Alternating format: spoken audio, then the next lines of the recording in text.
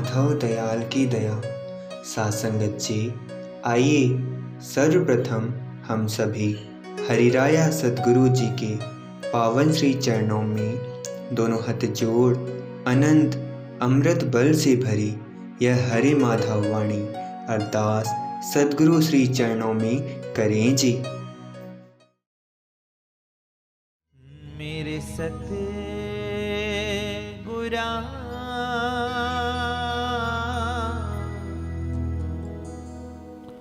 हम शरण तेरी आए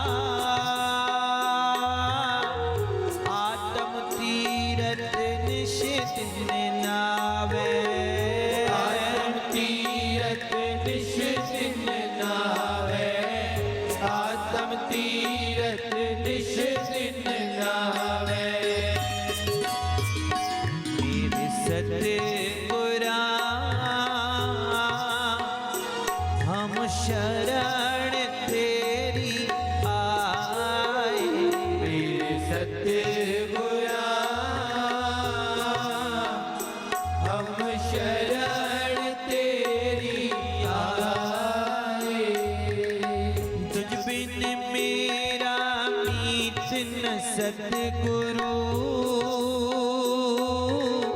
चित लागे चरणा माही, लागे चरणा माही, चित लागे चरणा माही। दासीश्वर की अर्जी सतगुरु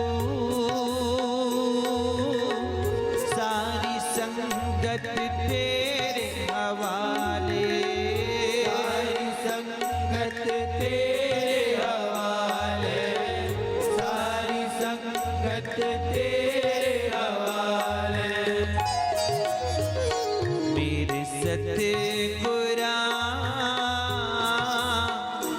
हम शरण तेरी आए।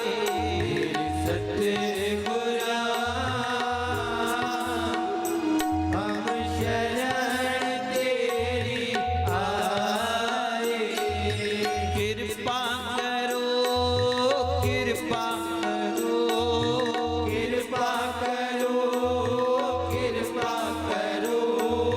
रहमत धरो, रहमत धरो, रहमत धरो, रहमत धरो।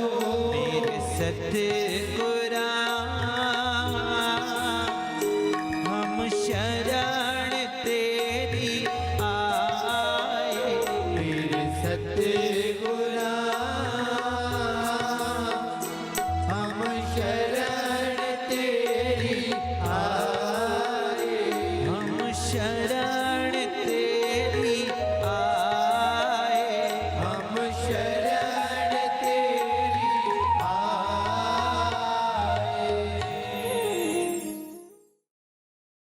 आइए संगतों, हम सभी अपने हरिराया सतगुरु की ओट में सत्संग के पावन अमृत वचनों का रसपान प्रेम भाव से करें जी। आप सभी से अनुरोध है कि सत्संग के समय अन्य सभी दुनियावी कार्यों से विराम लेकर एकचित्त होकर बैठें, जिससे सत्संग का भरपूर लाभ आप सभी प्राप्त कर सकें जी। भजन सिमरन के भंडारी हरिराया सतगुरु की पावन ओट में बैठी प्यारी साध संगत जियो, दोनों हाथ जोड़कर कहिए हरे माधव हरे माधव हरे माधव। वाणी हरिराया सतगुरु बाबा ईश्वर शाह साहेब जी। मैं मूरख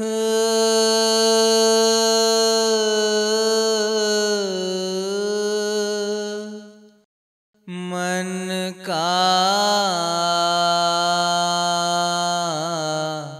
गुलामा,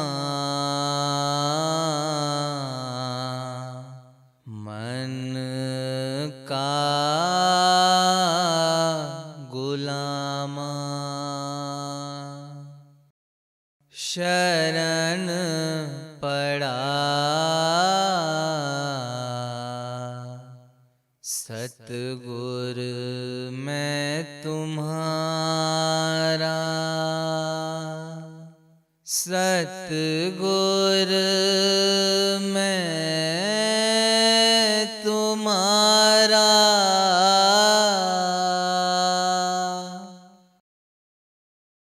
मैं मूरख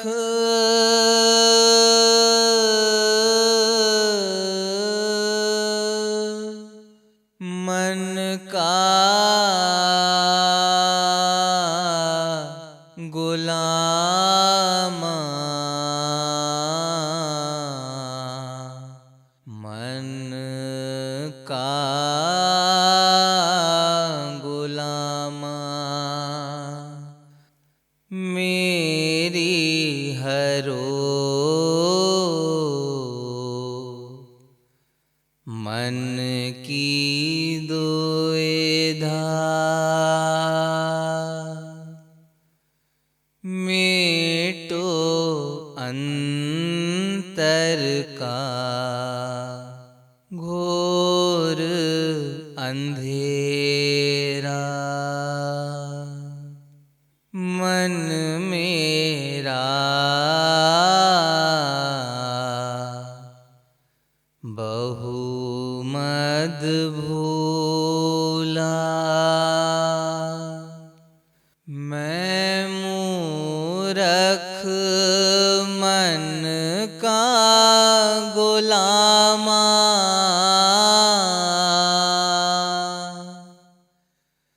मैं मूरख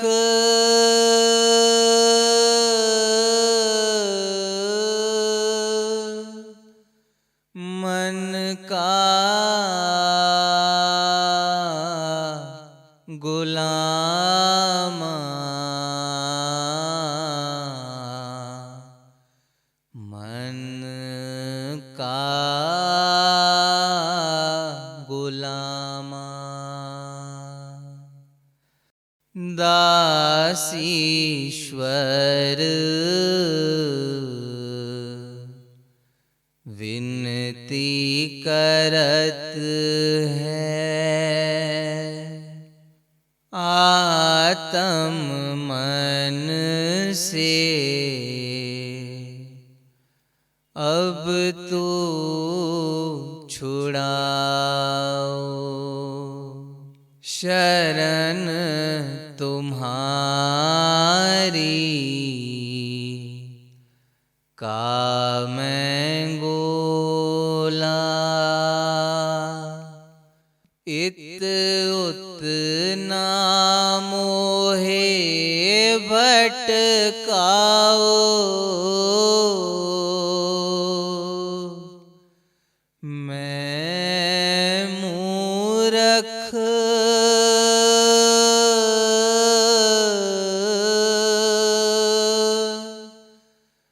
मन का गुलाम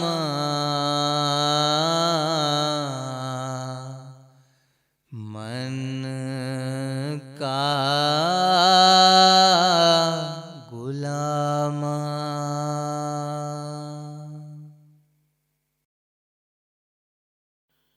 हरि माधव प्रभु की प्यारी साध संगतों, स्नेही सत्संगी जनों, आप सभी को हरे माधव, हरे माधव, हरे माधव।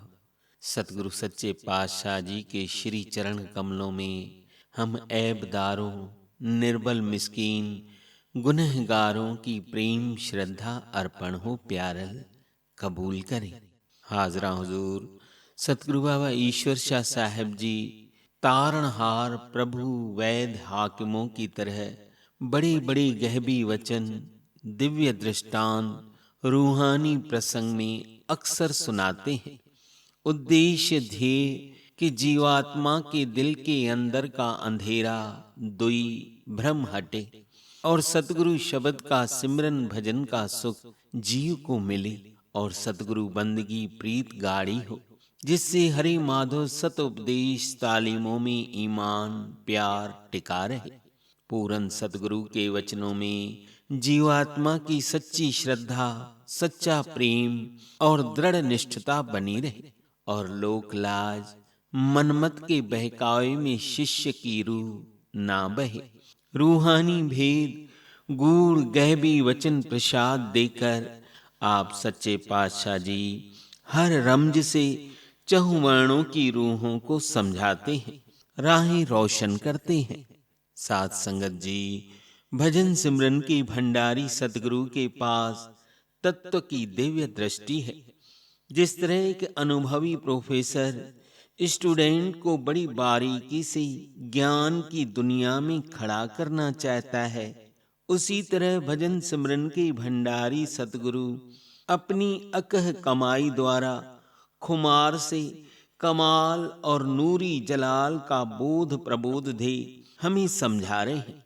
उनके हर एक खेल, करुणा कुर्ब में, मनोहर लीलाओं में, पावन रब्बी वाणियों, पावन उद्देश्यों में जीव जगत का हित ही हित होता है। इसलिए हर एक जीवात्मा, सिख सेवक, भक्तों, संगतों को अपनी घट अंदर आज के फरमानों को, अनुभवी दृष्टांतों, अमृत वचन, साखी उपदेशों को सुनकर समझकर अपने हृदय, बुद्धि, अंतर्घट में बिठाना है।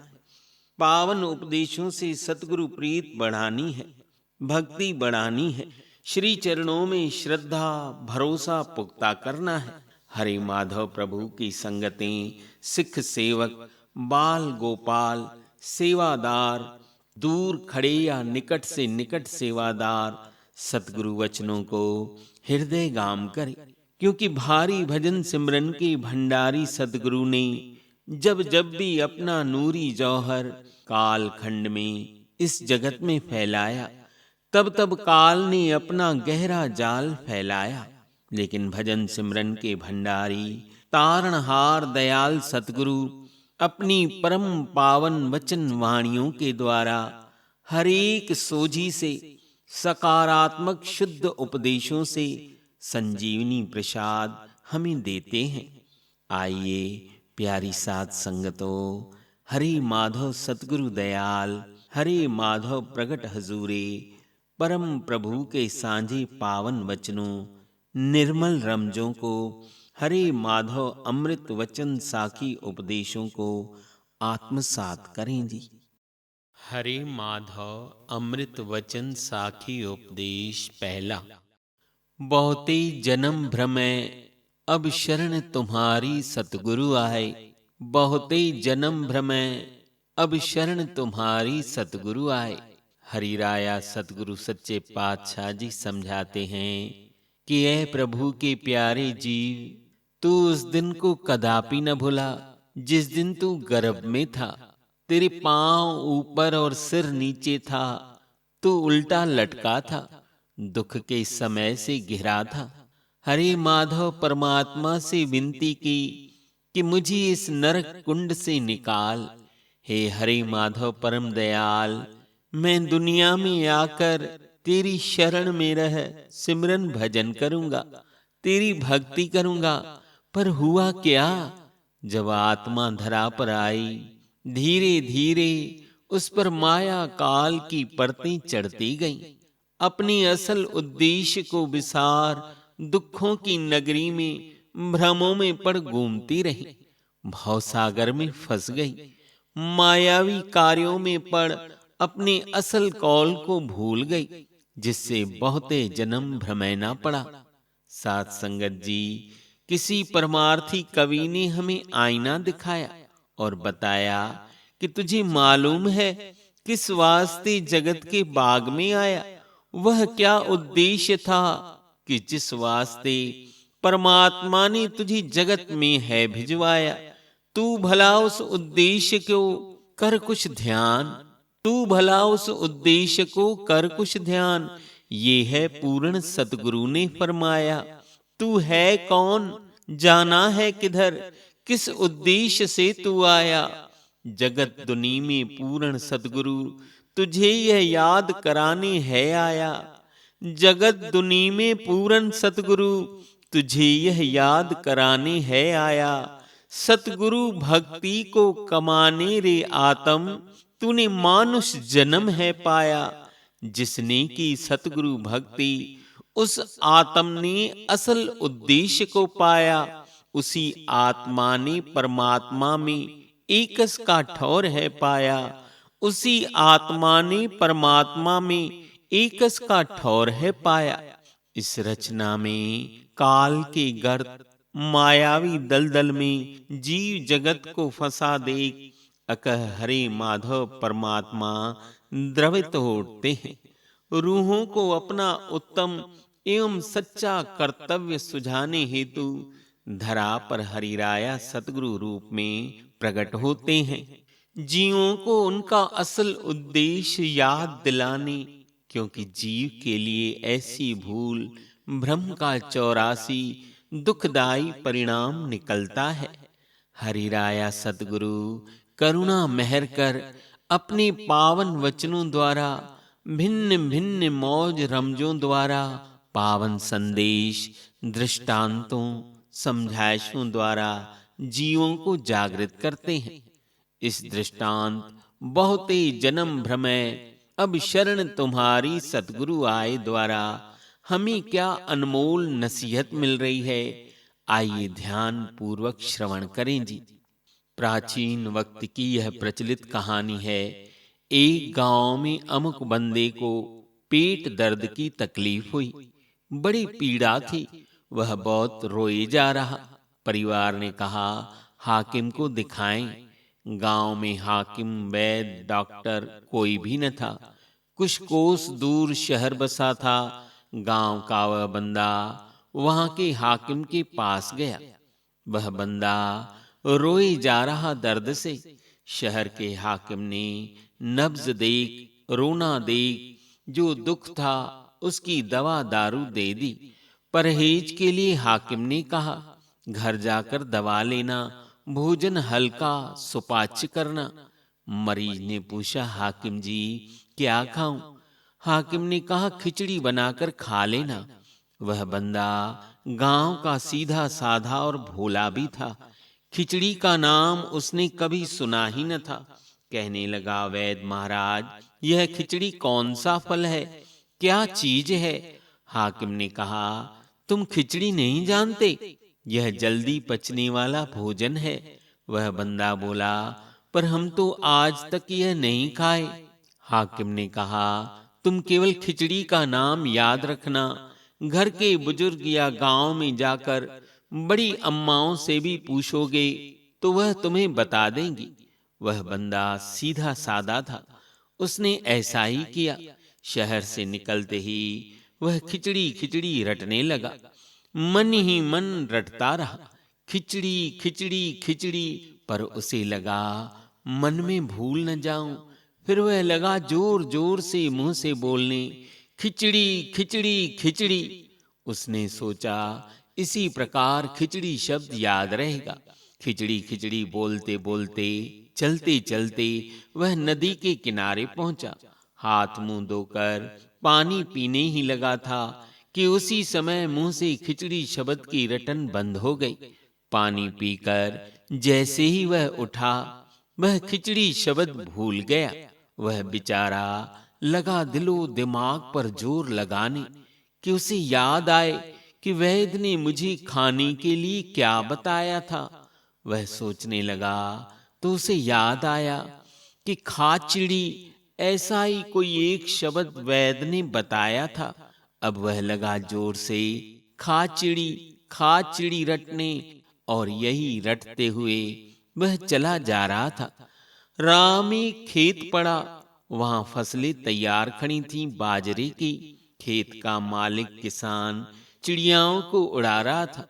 उधर से निकलता हुआ यह बंदा अपनी धुन में खाचिड़ी रटते हुए जा रहा था। खेत के किसान ने आवाज सुनी तो सिर से पांव तक तिलमिला गुस्से से भर उठा। उस बंदे को बुलाकर कहा, अरे मूर्ख, हम सब सुबह से चिड़ियाओं को उड़ाते उड़ाते पसीने पसीने हो गए हैं, और तू कह रहा है खाचिड़ी खाचिड़ी।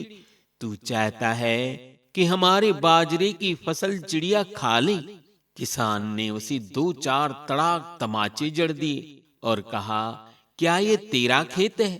तेरे रिश्तेदारों का खेत है जो तू बोल रहा है खाचिड़ी खाचिड़ी।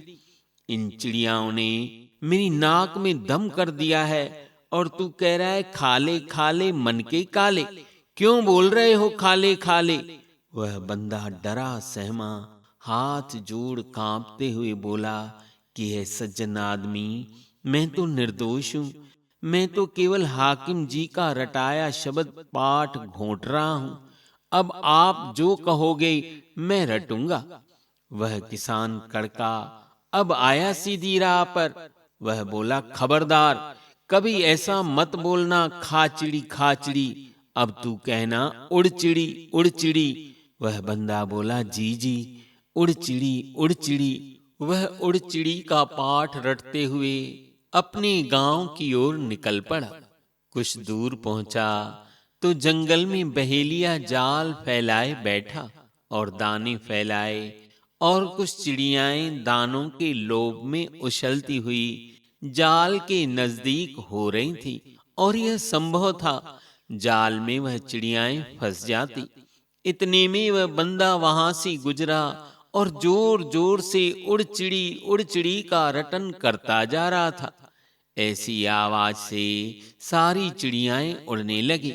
बहेलिया यह देख सुनकर आव देखा न ताव उस सीधे सादे बंदे को जा पकड़ा और लगा उछल उछल कर उसे मारने, और कहने लगा, अरे मूर्ख, मैं चिड़ियाओं को जाल में फंसा रहा हूं।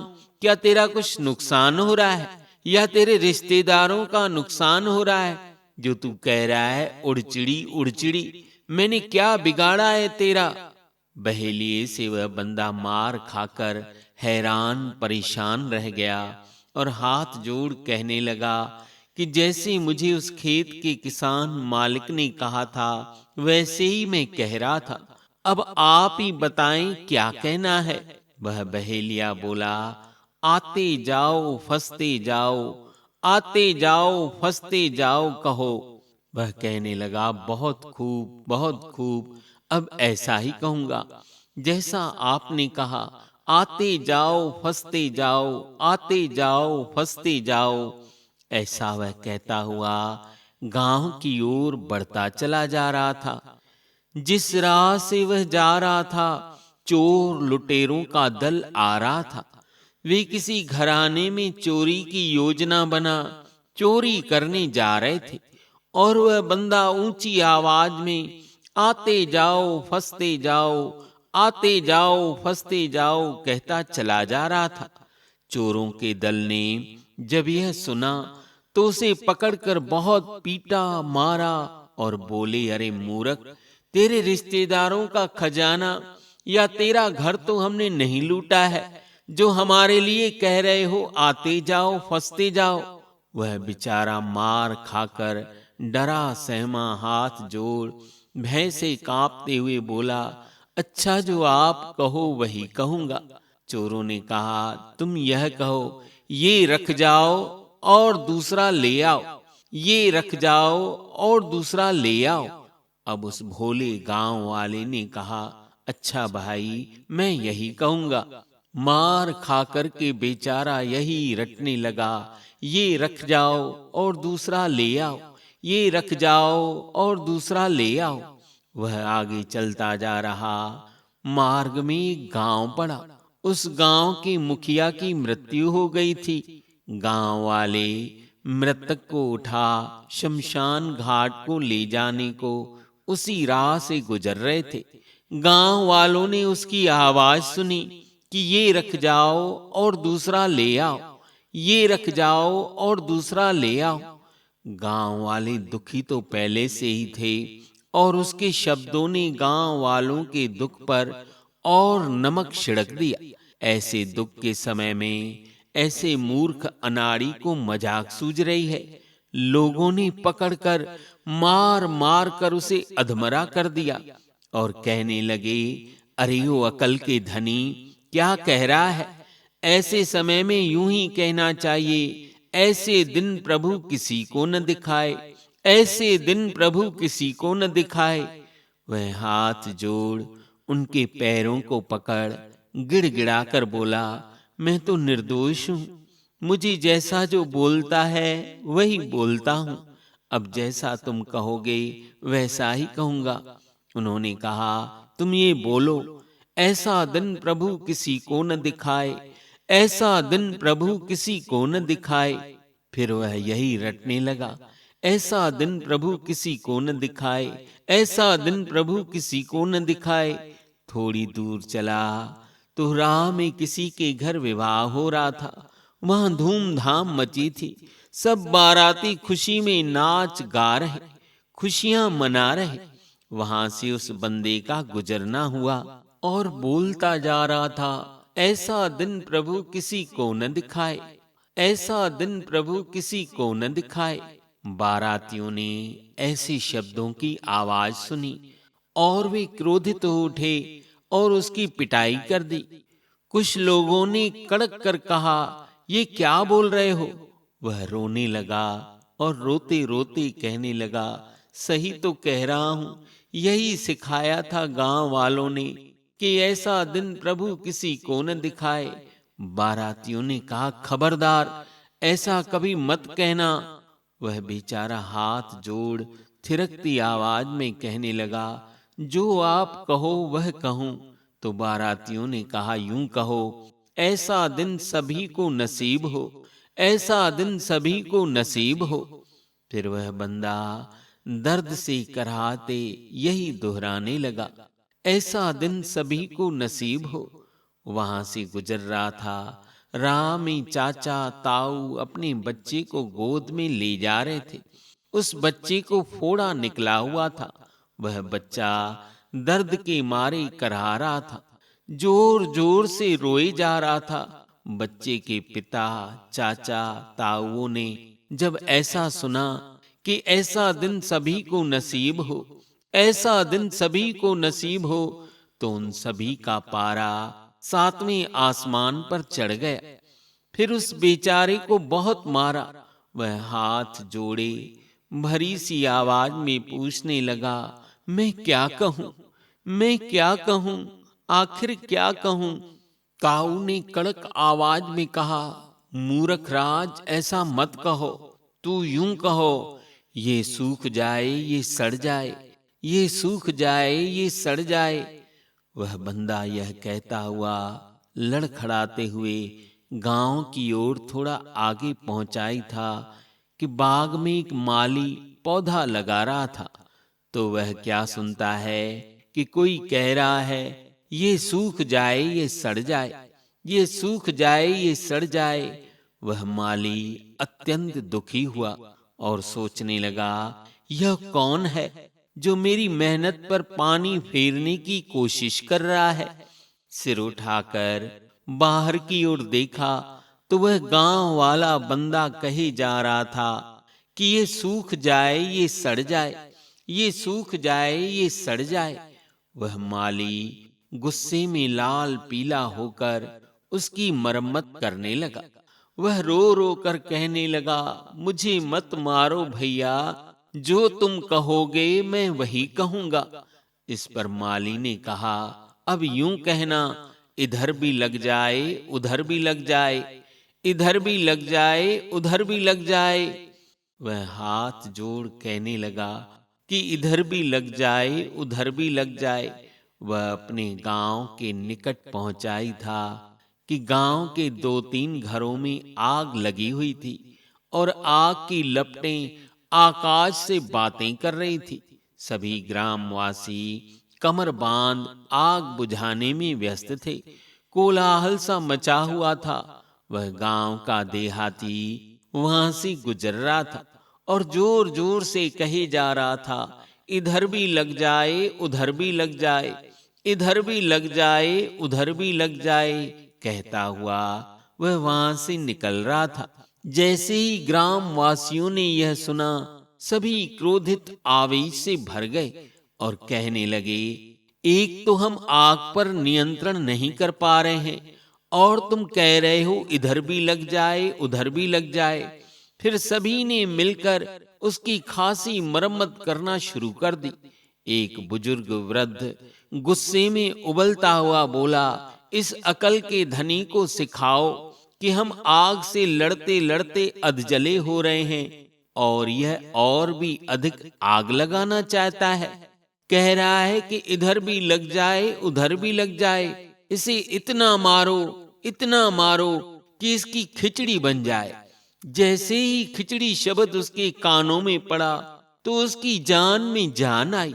उसे याद आ गया कि यही तो वो शब्द है जो वैद्य जी ने कहा था, खिचड़ी खिचड़ी खिचड़ी। वह बंदा हाथ जोड़ नम्रता से सभी से बोला, बस अब और ज्यादा ना मारो। मैं सभी जगह जहां जहां से गुजरा हूं, भरमा हूं, मार खाकर ही आ रहा हूं।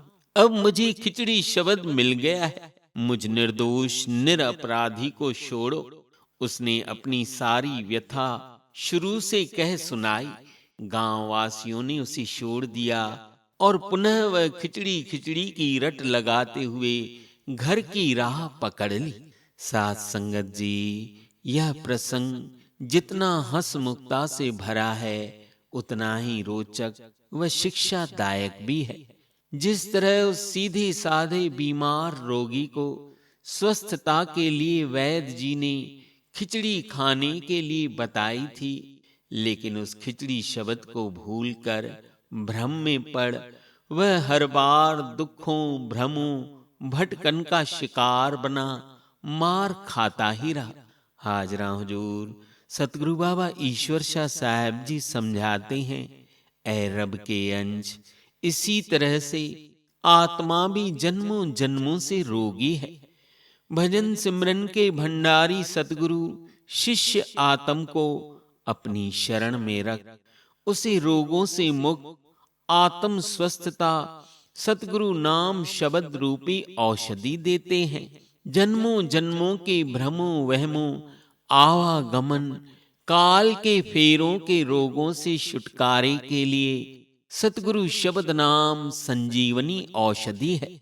लेकिन हम जीव मनमति में पड़ सतगुरु नाम को बिसार देते हैं।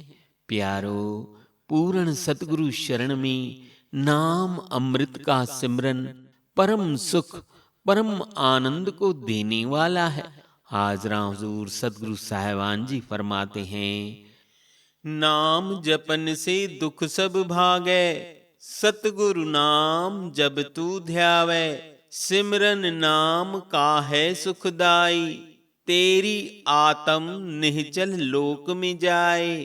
काहे मन तू भर में माया जाल में, काहे मन तू भर में माया जाल में, उलझे बहु इतराए, सुख ना जग में झूठ झमेला, सतगुरु नाम घट में बसाओ, दास ईश्वर कहते हैं संतो, जग यह झूठा सपने न्यायी।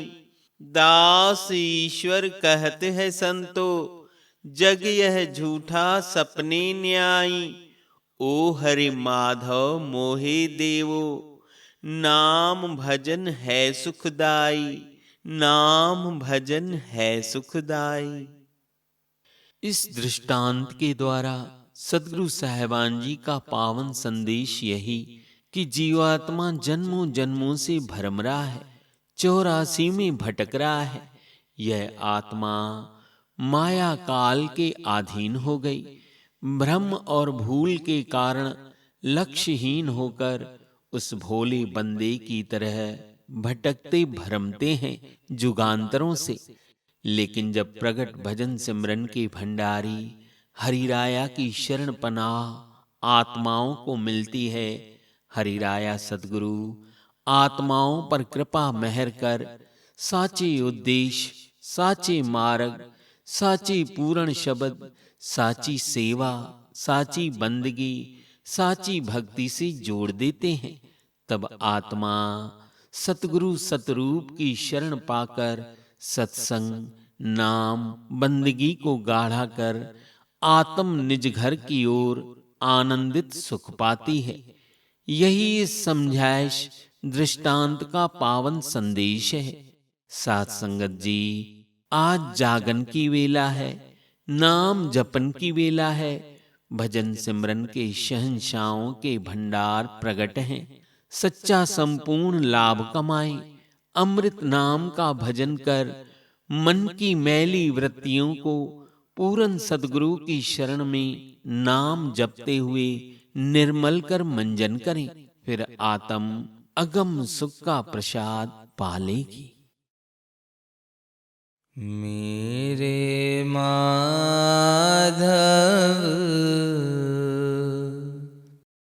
पुरख मुरारी,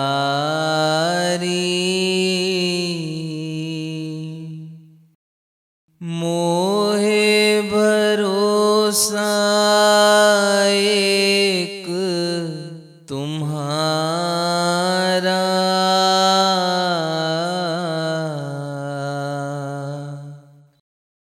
मेरे माधव पुरख मुरारी,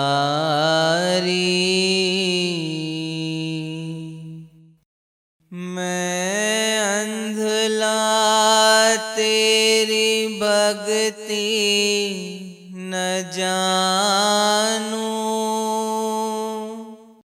शरण पड़े प्रभ जी तुम्हारी।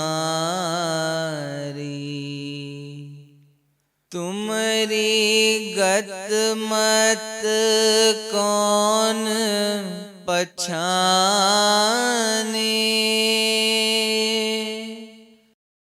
मूरख मद में भ्रम में भूले। मेरे माधव पुरख मुरारी,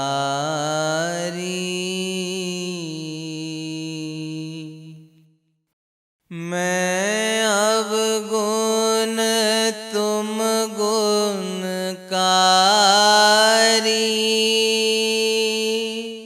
दास ईश्वर के पुरख प्यारे।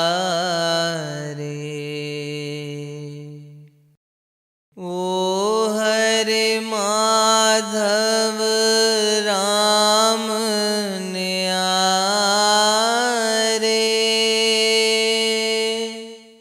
मेरे माधव शरण तिहारी। मेरे माधव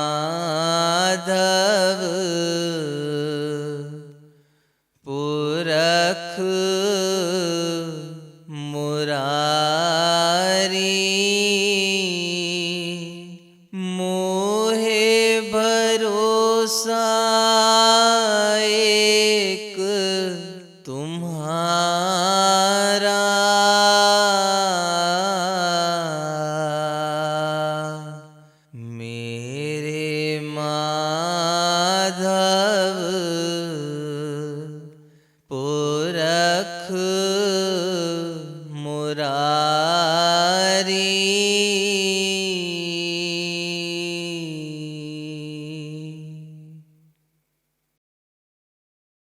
हरे माधव अमृत वचन साखी उपदेश दूसरा।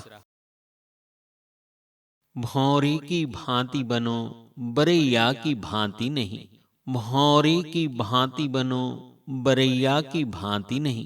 दोष पराए देख के दुर्जन चले हसंत, अपने याद न आवे जाको आद न अंत।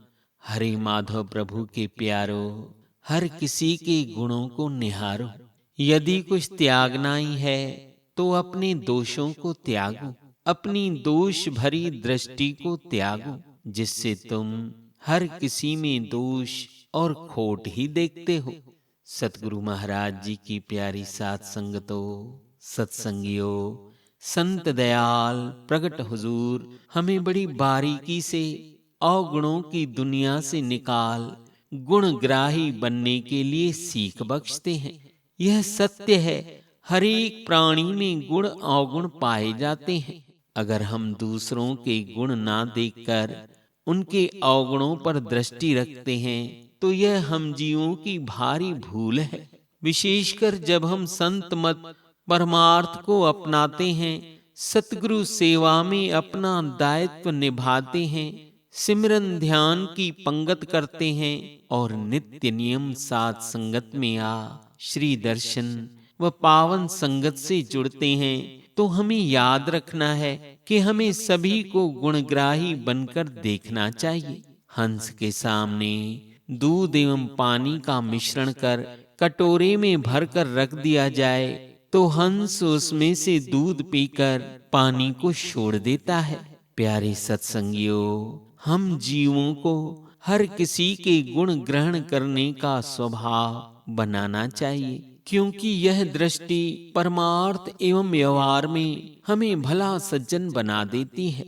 याद रखें, चाहे परमार्थ हो या व्यवहारिक जीवन, सदैव गुणग्राही बने। हुजूर सतगुरु साहिबान जी फरमाते हैं कि इंसानी जीवन स्वर्ण में मूल्यवान जीवन है, जो पूर्ण संत सद्गुरुओं की कृपा आशीष से ही निखर पाता है। जीवात्मा को दुखों संतापों से छुड़ाने वाले समय के पूर्ण संत सद्गुरु ही हैं, जो रूहों की करुणा भरी पुकारें सुन तथा उन्हें दुखों से घिरा हुआ देख अकारण कृपा करते हैं। कमाई वाले पूर्ण संत गुरु साहिबानों ने गुण ग्रहण करने वाले गुरुमुख सत्संगी जनों की हंस से तुलना की और अवगुण बुरी वृत्ति वाले जीवों को जोंक के समान कहा। अप्रैल माह सन 2014 का यह जिक्र आया। आप हाजरा हुजूर सतगुरु बाबा ईश्वर शाह साहब जी हरे माधव वाटिका में खेतों में टहल रहे थे। कुछ समय पश्चात आप जी की मौज गौशाला में हुई और कपिला गायों के झुंड पर आप जी की करुणामयी दृष्टि पड़ी। आप बाबा जी अक्सर धेनु गायों का मुआयना कर रख रखाव या मीठे दूध के नाप तौल के बारे में, आहार विहार के संबंध में, सेवा कार्यों में निगहबानी करते रहते। सेवकों से गाय माता का ख्याल देखभाल भली भांति करने की हिदायतें बख्शते। आप साहिबान जी ने एक सेवादार से कहा, धेनु कपला गौ माताएं सब स्वस्थ तो है ना? दूध तो सभी दे रही है ना? कहीं कोई परेशानी तो नहीं? सेवादार ने हाथ जोड़ विनय की, सच्चे पातशाह जी, सभी गौ माताएं स्वस्थ हैं, दूध तो भरपूर मिल रहा है, पर कुछ दिनों से एक गौ माता से जब दूध दुहने के लिए पास जाते हैं तो वह सींग एवं लातें मारती है और दूध नहीं मिल पाता। आप बाबा जी ने पूछा कि पिछले 2-3 दिन से गौ माताओं ने पानी कहाँ से पिया है? सेवादार ने कहा, मालिका जी, जो बोरिंग लगी है सभी को यहीं लाकर नहलाना, धुलाना, पानी पिलाना आदि होता है, उसके बाद खुले मैदान में छोड़ देते हैं। आप जी ने मुखमंडल पर दिव्य ज्ञान की आभाई नूरी चमक बिखेर कर पूछा, क्या ये गाय बगल के तालाब में पानी पीने के लिए तो नहीं चली गई? सेवक ने हाथ जोड़कर कहा, सच्चे पातशाह जी, ज्ञात नहीं है। आप मालिका जी कुछ पल गंभीर गहन मौन हो खड़े, फिर सेवकों से कहा, अवश्य ही इस गाय ने बोरिंग का ठंडा पानी न पीकर तालाब के गंदले पानी और मैल पर बैठक की है, जिससे उसके शरीर पर जोंक चिपक गई होगी, जिसे सिंधी में ड्योर कहते हैं। आप जल्दी से उस गौ माता के पास जाएं। सेवक दौड़कर गाय के पास गया और क्या देखा कि सचमुच थनों पर जोंक चिपकी थी। पहले उसे लगा कि शायद यह जोंक भी कपिला माता के दूध रूपी पीयूष यानी अमृत से तृप्त होने के लिए आई है। संभव है कि आज इसके अमृत में इसका भी हिस्सा है। उस सेवक ने जोंक को हाथ लगाया और देखा कि यह क्या, हे मेरे माधव, यह जोंक तो दूध नहीं अपितु गौ माता का रक्त पान कर रही है। जब उस सेवक ने बलपूर्वक जोंक को गौ माता के थनों से अलग किया तो उस समय दूध की अपेक्षा रक्त की धारा बह निकली। गौ माता का खून देख वह सेवक अत्यंत दुखी हो गया। उसने देखा जोंक का मुंह लाल था। जोंक का यह कार्य देख उसने उस जोंक को अपने पांव से कुचल डाला और दिल में सोचा कि तुम्हारा यही परिणाम होना चाहिए, क्योंकि तुमने मेरी परम प्रिय गौ माता को अकारण ही कष्ट पहुंचाया है। अब उस सेवक का रह रहकर जोंक के दुर्व्यवहार की ओर ध्यान जा रहा था। उसके मन में एक विचित्र ख्याल आया कि वह जोंक गौ माता के थनों के साथ चिपककर भी, अर्थात उस अमृत तुल्य स्थान दुग्ध कोश दूध के भंडार के पास पहुंचकर भी दूध का रसपान क्यों नहीं कर रही थी? उस भाग्यहीन को दूध अच्छा क्यों नहीं लग रहा था? वह रक्तपान क्यों कर रही थी? वह अमृत के स्रोत से, अमृत भंडार से अमृत ग्रहण ना कर अपवित्र वस्तु की ओर क्यों प्रवृत्त होती है? ऐसे ही विचार बार बार दिल में उठने लगे। गौ माता की ऐसी दयनीय अवस्था देख करुणा में दिल भर आया कि जोंक ने कपिला गौ माता का खून पी उसे दुखी किया, और वह दौड़कर बाबा जी के पास आया और अपने मन की व्यथा रोते रोते कह सुनाई। आप जी ने सेवक से कहा, इसी गौ माता से एक और जहां हमें मीठा, गुणकारी, हितकारी, मंगलकारी दूध मिलता है, वहीं दूसरी ओर वो जोंक है जो दुग्ध कोश से चिपक कर भी उसका रक्त पी रही है। इस भाग्यहीन को दूध अच्छा नहीं लग रहा, यानी गुणकारी गौ का रक्त पान कर रही है। अवगुणकारी जोंक दूध रूपी पीयूष अमृत से तृप्त होने की बजाय अपवित्र वस्तु की ओर प्रवृत्त हो रही है। जोंक को जैसे ही हटाया गया, निकाला गया, तो वह कपिला गौ शांत चित हो गई। जीवात्मा भी कुछ इसी प्रकार की होती है, जो सात संगत रूपी अमृत कोश में आकर भी जोंक की न्यायी अमृत को छोड़ सत्संग में व्यर्थ के दोष लगाते और बुराई करते हैं। अक्सर जब हम सात संगत में आते हैं तो सात संगत में बरस रहे अमृत में भीगने, उसका रस पान करने के बजाय ऐसी मलिन भावनाओं एवं विचारों से ही भरे रहते हैं। उनका मन सत्संग में नहीं लगता, चकोर की न्यायी दर्शन का सुख नहीं ले पाते। परंतु कई ऐसे भी प्यारे होते हैं जो सत्संग वचनों को प्रेम पूर्वक श्रवण कर शुक्र एवं भाणे में रहकर सतगुरु दर्शन एवं सत्संग का अमृत बड़ी सहजता से प्राप्त कर लेते हैं।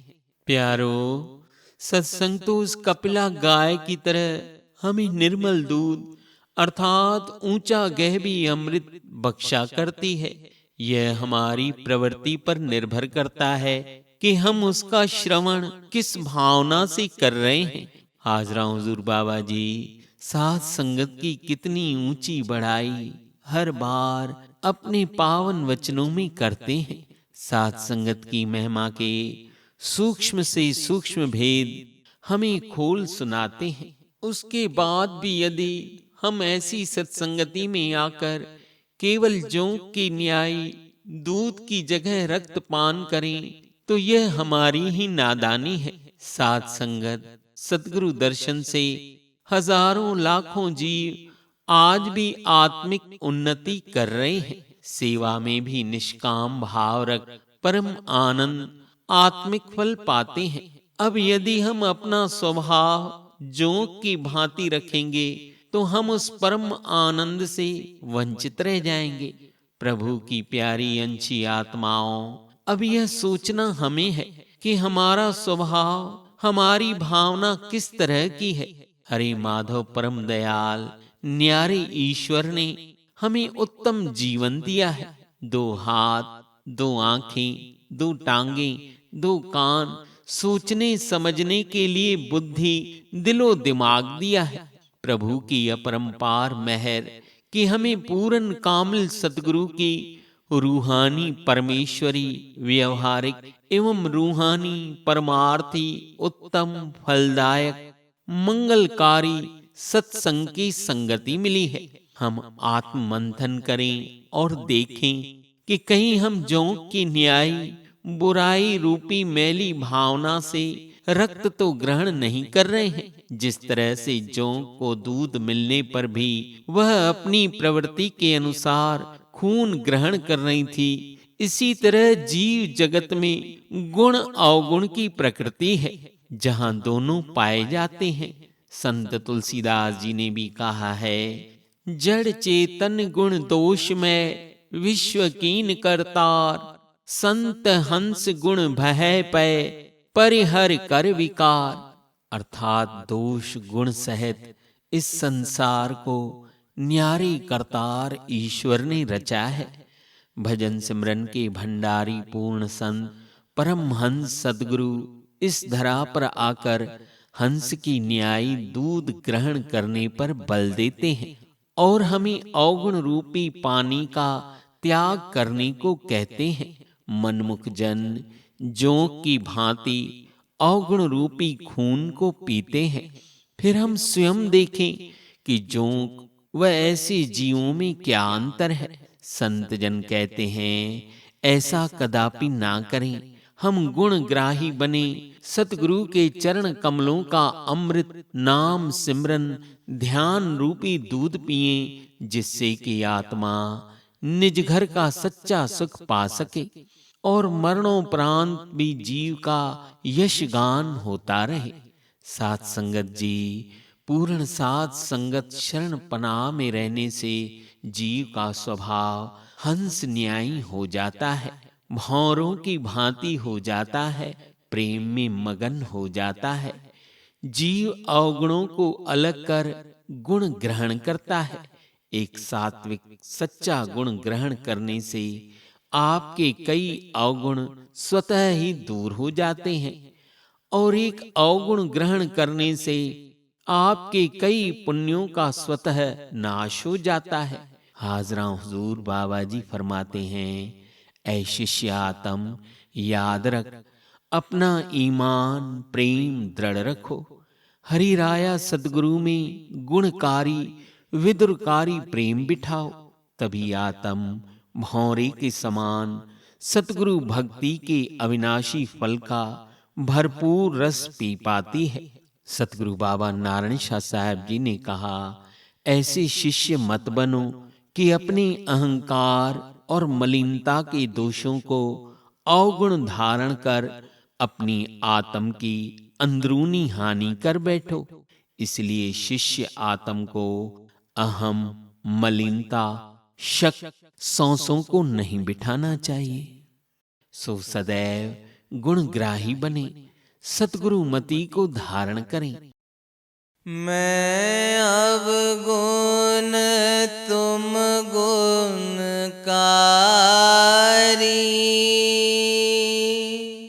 दास ईश्वर के पुरख प्यारे।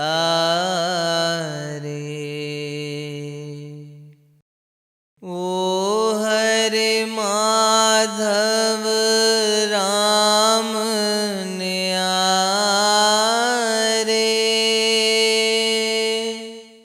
मेरे माधव शरण तिहारी। मेरे माधव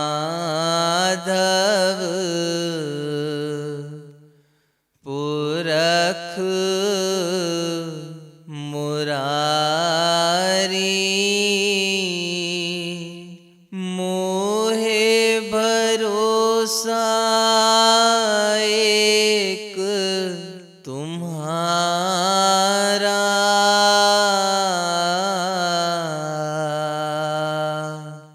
मेरे माधव पुरख मुरारी।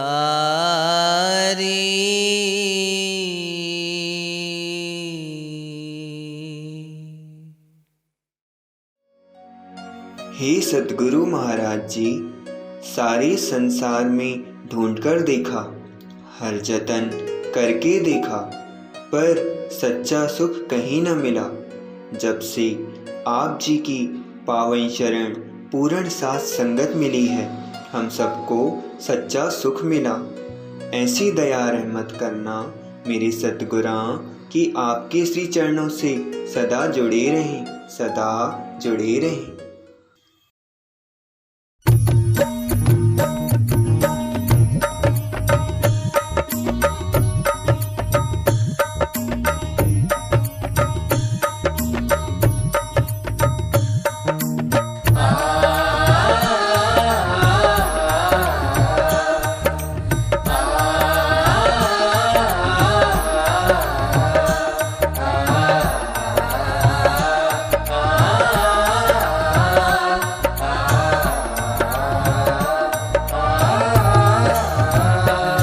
मिलता है सच्चा सुख केवल सतगुरु तुम्हारे चरणों में। मिलता है सच्चा सुख केवल सतगुरु तुम्हारे चरणों में। मिलता है सच्चा सुख केवल सतगुरु तुम्हारे चरणों में। मिलता है सच्चा सुख केवल सतगुरु तुम्हारे चरणों में। विनती है पल पल दिन रहना, मिलती है पल पल दिन रहना। रहे ध्यान तुम्हारे चरणों में। मिलता है सच्चा सुख केवल सतगुरु तुम्हारे चरणों में। मिलता है सच्चा सुख केवल सतगुरु तुम्हारे चरणों में।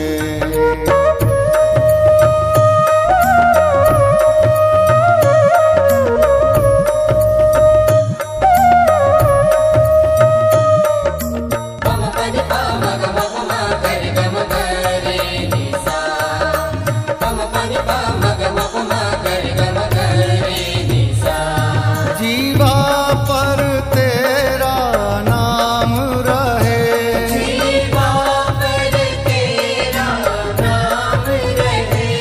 मेरी सांसों में तेरी गूंज रहे। मेरी सांसों में तेरी गूंज रहे। आठों पहर तेरा सतगुरु ही मन में मेरे तेरा ध्यान रहे। तमन्ना है गुजरे सारा जीवन ये तुम्हारे ही चरणों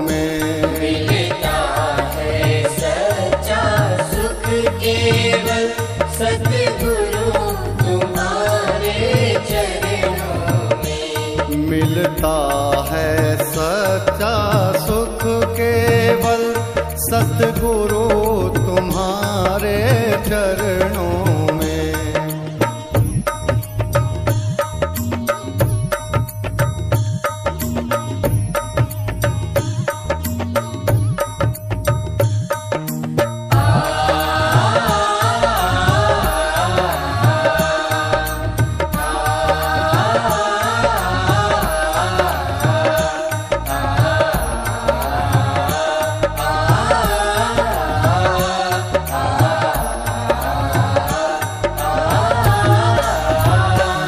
चाहे सुख हो या दुख, चाहे चाहे सुख हो या दुख, चाहे फूल मिले या कांटे मिले, चाहे फूल मिले या कांटे मिले, चाहे घर हो या परदेश में हो, चाहे मान हो या अपमान मिले, हृदय में तेरा ही वास रहे और नैन बिछाए चरणों में। मिलता है सच्चा सुख केवल सतगुरु तुम्हारे चरणों में। मिलता है सच्चा सुख केवल सतगुरु तुम्हारे चरणों में।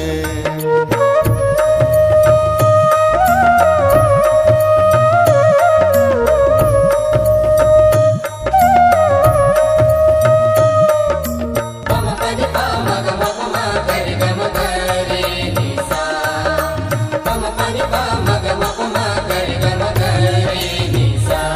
सतगुरु तेरी आरती पूजा, सतगुरु तेरी आरती पूजा, निस दिन सुबह और शाम करें, निस दिन सुबह और शाम करें। श्रद्धा भक्ति का दीप जला मन का अंधियारा दूर करे, दुश्मन हो चाहे सारा जहां, सुरती रहे सदा चरणों में। मिलता है सच्चा सुख केवल सतगुरु तुम्हारे चरणों में। मिलता है सच्चा सुख केवल सतगुरु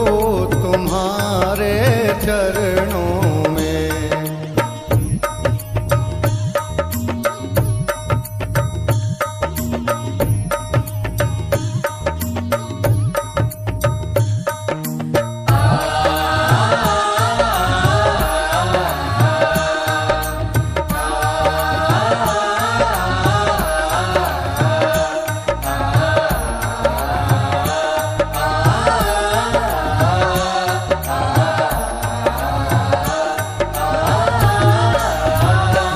मेरी नैया फंसी मझधार में है, मेरी नैया फंसी मझधार में है। तुम ही उसके खिवैया हो, तुम ही उसके खिवैया हो। माझी बनकर इस जीवन की तुम पार लगा दो नैया को। अर्पण गुरु माँ का जीवन सारा है आपके ही श्री चरणों में। मिलता है सच्चा सुख केवल सतगुरु तुम्हारे चरणों में। मिलता है सच्चा सुख केवल सतगुरु तुम्हारे चरणों में। मिलता है सच्चा सुख केवल सतगुरु तुम्हारे चरणों में। बिन दिन रहना।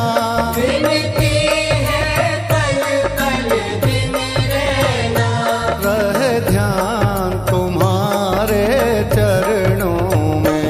मिलता है सच्चा सुख केवल सतगुरु तुम्हारे चरणों में।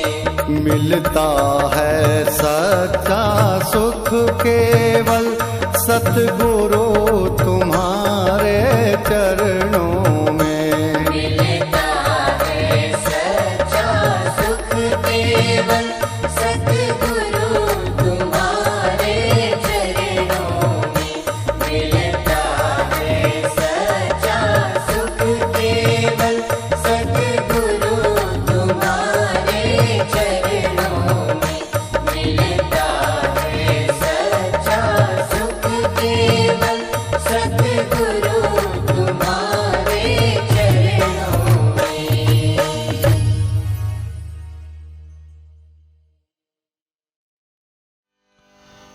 वार वार वंदन करें सतगुरु जी को प्रणाम। होगा सबका कल्याण। आओ धुनी लगाएं भाव से। हरे माधव हरे माधव हरे माधव माधव माधव हरे हरे। हरे माधव हरे माधव माधव माधव हरे हरे। हरे नारायण नारायण नारायण हरे हरे। हरे नारायण नारायण नारायण हरे हरे। हरे गोविंद गोविंद गोविंद हरे हरे। हरे गोविंद गोविंद गोविंद हरे हरे। हरे मनोहर मनोहर मनोहर हरे हरे। हरे मनोहर मनोहर मनोहर हरे हरे। हरे माधव माधव माधव हरे हरे। हरे माधव माधव माधव हरे हरे। हरे नारायण नारायण हरे हरे। हरे नारायण नारायण हरे हरे। हरे गोविंद गोविंद हरे हरे। हरे गोविंद गोविंद हरे हरे। हरे मनोहर मनोहर हरे हरे। हरे मनोहर मनोहर हरे हरे। हरे माधव माधव हरे हरे। हरे माधव माधव हरे हरे। हरे नारायण नारायण हरे हरे। हरे नारायण हरे हरे। हरे गोविंद गोविंद हरे हरे। हरे गोविंद गोविंद हरे हरे। हरे मनोहर मनोहर हरे हरे। हरे मनोहर मनोहर हरे हरे। हरे माधव माधव हरे हरे। हरे माधव माधव हरे हरे। हरे नारायण हरे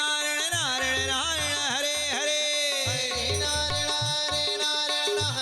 हरे नारायण हरे हरे। हरे गोविंद गोविंद हरे हरे। हरे गोविंद गोविंद हरे हरे। हरे मनोहर मनोहर हरे हरे। हरे मनोहर मनोहर हरे हरे। हरे माधव माधव हरे हरे। हरे माधव माधव हरे हरे। हरे नारायण नारायण हरे हरे। हरे नारायण हरे हरे। हरे गोविंद गोविंद हरे हरे। हरे गोविंद गोविंद हरे हरे। हरे मनोहर मनोहर हरे हरे। हरे मनोहर मनोहर हरे हरे। हरे माधव नारायण गोविंद मनोहर हरे हरे। हरे माधव नारायण गोविंद मनोहर हरे हरे। हरे